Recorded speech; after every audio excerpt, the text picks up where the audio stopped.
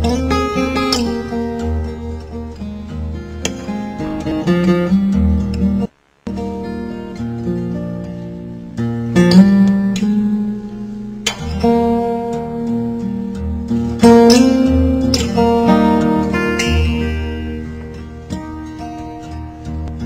woke up in the morning of Saturday, 11th October last year with a feeling of great delight and cheerfulness, for it was the day we Fijians here in the Philippines were going to celebrate Fiji's independence from Great Britain.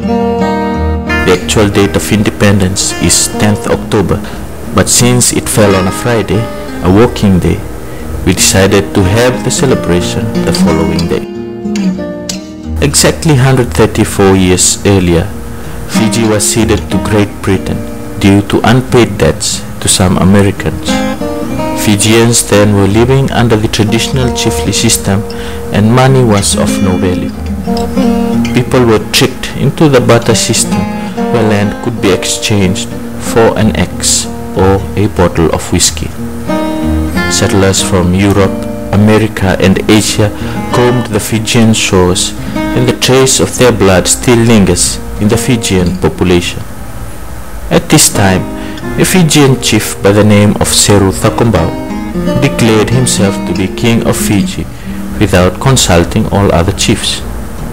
This was quite astonishing because chiefs were only respected in their own province over Noa in Fijian terms, and if someone crossed boundaries, it meant war. It was during this time that the house of Thakombau's ally, an American, was razed to the ground.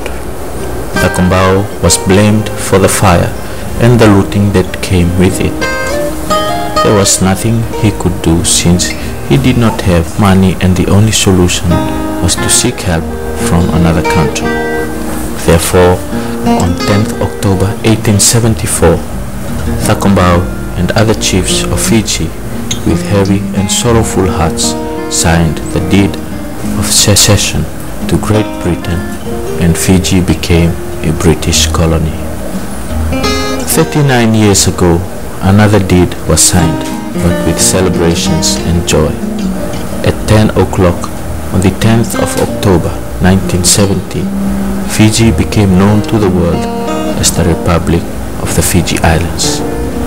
39 years later, we Fijian Colombans in the Philippines were handing out invitations to the Colomban community here, as well as to other Fijians and Pacific Islanders. The venue of the fiesta was the Colomban House of Studies, whose turn it was to host the community night, as well as to show off their new basketball court with floodlights, in which the entertainment was to be held. The celebration began with Mass at 5 p.m. in English, and the liturgy was led by the Fijians with the help of the boys of 42, the Colomban seminarians from 42 Rosario Drive, Cubao, Quezon City. The main celebrant was Colomban Father Vincent Ratnam, a Fijian, and he reminded the congregation of the importance of joy in life. The gospel that weekend was about a wedding feast, and Father Vincent connected it to the theme and celebration of the day. After Mass, a traditional kava, a Fijian traditional drink, ceremony of welcome was conducted. This was done to formally accept and welcome visitors, and to show that we, the hosts, had no feelings of resentment towards them, and at the same time we were asking God to protect them during their stay. The highlight of the evening was the entertainment. While some were taking part in the dancing and clapping, others did the watching and laughing. For 1 hour, everyone in their different colors danced to the Pacific beat until dinner was served. Dinner was cooked in a lobo, earth oven, a traditional Fijian way of cooking, in which the food is cooked by the steam of hot stones. Everything can be cooked in a lobo, and in this case it was chicken, pork, fish, potatoes, cassava, and palusami, taro leaves in coconut milk. Our cook produced some Filipino dishes, and the Colombian lay missionaries displayed their creativity with a touch of Indian cuisine. Thus everyone enjoyed a banquet fit for a king.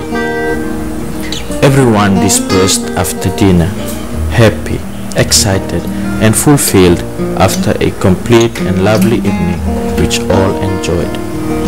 The Fijians continued the celebration with more kava and singing late into the night, which brought back memories of home.